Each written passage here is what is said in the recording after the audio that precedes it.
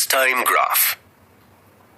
A distance-time graph is a graph of distance covered by an object from the starting point against the time. In this graph, time is taken along the x-axis and the distance is taken along the y-axis. This graph is used to determine the position of an object at any time in the given time interval, to determine the speed of an object at any time in the given time interval, and to determine the average acceleration of the object. The uniform and non-uniform motion of an object in a straight line can be studied on the basis of this graph. Come, let us study the distance-time graph in order to understand uniform motion along the straight line.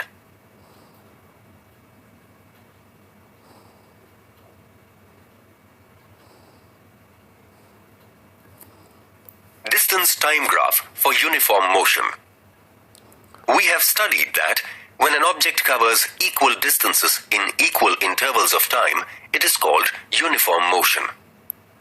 Come, then let us now study the uniform motion along a straight line with the help of the distance-time graph. The given table shows the distances covered by a car in fixed intervals of time.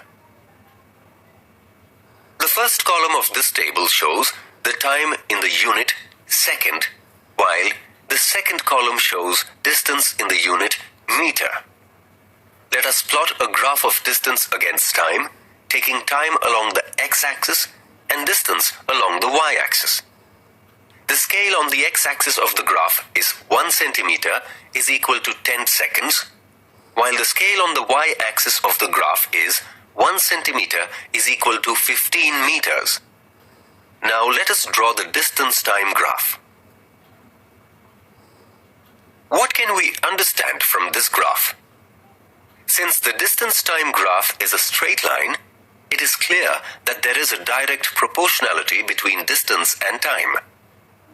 The straight line in the distance-time graph shows that an object covers equal distances in equal intervals of time in case of uniform motion. Now, can you tell, in this distance-time graph, what does the slope of the straight line indicate?